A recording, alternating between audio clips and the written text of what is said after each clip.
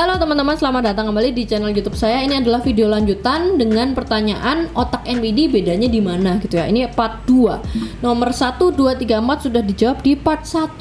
Kita akan lanjut ke nomor 5. Lanjut nomor 5. Nomor 5 itu adalah bagian area amigdala. Jadi mereka nggak bisa mencintai karena tidak mampu menghasilkan cukup hormon oksitosin, guys. Hormon oksitosin ini memang peranan penting banget dalam hubungan percintaan gitu ya.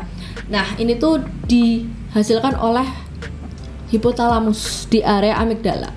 Nah, tapi ya mereka juga nggak bisa patah hati dalam hal percintaan kayak yang normal. Narsis tuh sakit, patah hati tuh karena egonya gitu ya.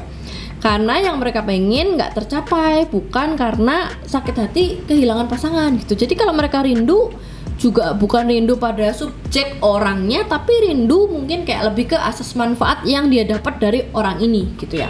Itu nomor 5. Kemudian yang nomor 6, mereka pengidap NPD juga mengalami kerusakan otak bagian hipokampus yang menjadi pusat belajar dan mengingat. Nah, rusaknya hipokampus ini membuat narsis itu punya gangguan disosiasif yang mencegah mereka menilai ingatan nyata gitu ya. Makanya ada yang namanya gaslighting, delusi, fantasi gitu ya, memaksa mereka tuh kayak pengen distorsi reality gitu, membuat narasi sendiri yang sesuai dengan agendanya.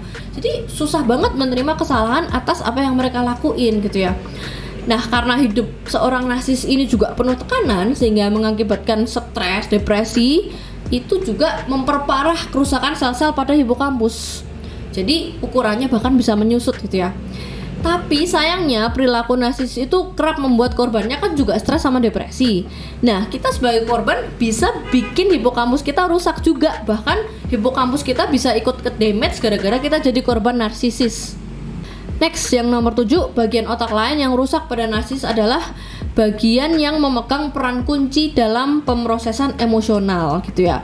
Nah, ini masih bagian penting yang tadi bagian di dalam hipokampus itu ada namanya bagian area amigdala. Yang tadi nomor 5 itu adalah bagian yang untuk memproduksi hormon oksitosin, dan sedangkan yang nomor berapa tadi nih guys? Nomor 7 itu adalah yang pusat emosi ketakutan, rasa bersalah, iri hati, dan rasa malu.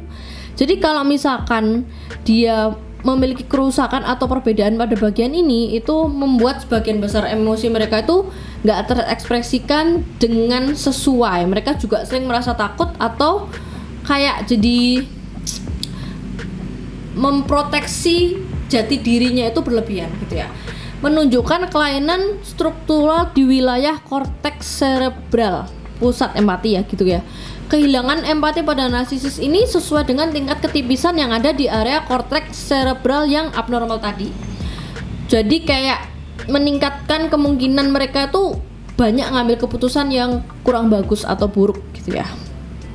Selanjutnya yang nomor 8, yang terakhir guys. Nah, dari penelitian ini menunjukkan kalau yang narsisis patologis itu tuh adanya kurang koneksi antara dua bagian otak, yaitu korteks prefrontal, kurang connect ke ventral striatumnya. Area ini tuh terkait dengan kemampuan untuk berpikir positif tentang diri sendiri, sehingga mencari orang lain untuk memenuhi fuel atau harga dirinya melalui pujian yang terus menerus gitu ya. Jadi nomor 1 sampai 8 ini adalah sifatnya science banget, sifatnya penelitian banget untuk kalian yang memang khusus mau belajar edukasi yang sifatnya lebih ilmiah di dalam video ini gitu ya.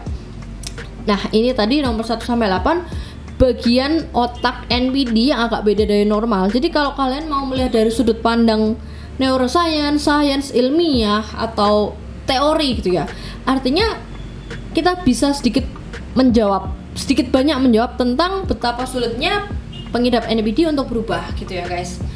Nah, karena video ini sangat klinis atau sangat teoritis gitu ya, memang harus dipahami benar-benar karena ini membantu kita untuk memahami sebenarnya apa yang kita lakuin, apa yang membuat kita jatuh cinta, apa yang membuat kita mengambil keputusan, itu semua ada di dalam otak kita guys gitu. Jadi kalau misalkan pertanyaannya kok narsisis bisa melakukan A, B, C, D, E, F yang orang normal nggak bisa, ya itu semoga terjawab di dalam video ini.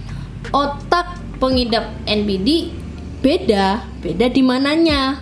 dijawab dalam video part 1 dan 2. Teman-teman semua yang udah sampai di video ini, thank you banget. Yang mau like, comment, subscribe, jangan lupa main ke @unsecret.narcissist. Semoga video ini bermanfaat dan sampai jumpa di video selanjutnya.